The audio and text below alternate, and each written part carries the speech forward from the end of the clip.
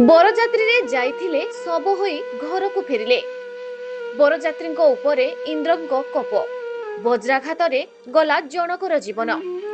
बाहाघर रे बरजात्री जीवा हेला काल। डीजे बजाई नाची नाची जाऊ जाऊ घटीगला अघटन। वज्रपात रे चारिगला जनकर जीवन। 3 जन हेले आहत प्राप्त। एमिति एक अभावनीय दुखद घटना घटी ढेंकानाल जिला सदर थाना अंतर्गत रंजा ग्राम रे।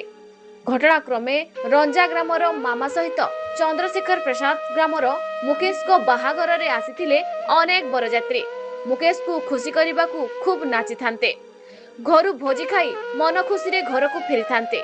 किंतु दैवर विचार किछि अलगा थिला। माड़ी आसिला कलाहांडिया मेघ। नाच गीत रे मशगुल थिबा बरजात्री मानकर निघा नथिला सेथिप्रति।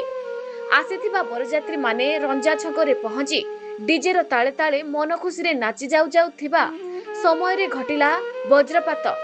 सते जेमिति जगी बसिथिला काल। चालीगला जनकर जीवन। 3 जन हेले आहत प्राप्त।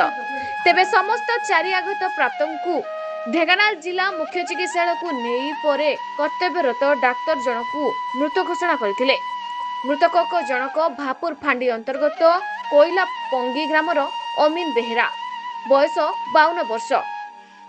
गुरुतर आहत व्यक्ति कोइलीपंगी ग्रामर तपन जेना ढेंकानाल जिला मुख्य चिकित्सालय रे चिकित्सित थिबा बेले झुंपुड़िया ग्रामर मनोज देहुरींकर स्वास्थ्य अवस्था अति संकटपूर्ण थिबारु कटक बड़ मेडिकल रु स्थानांतरित कर जायछि।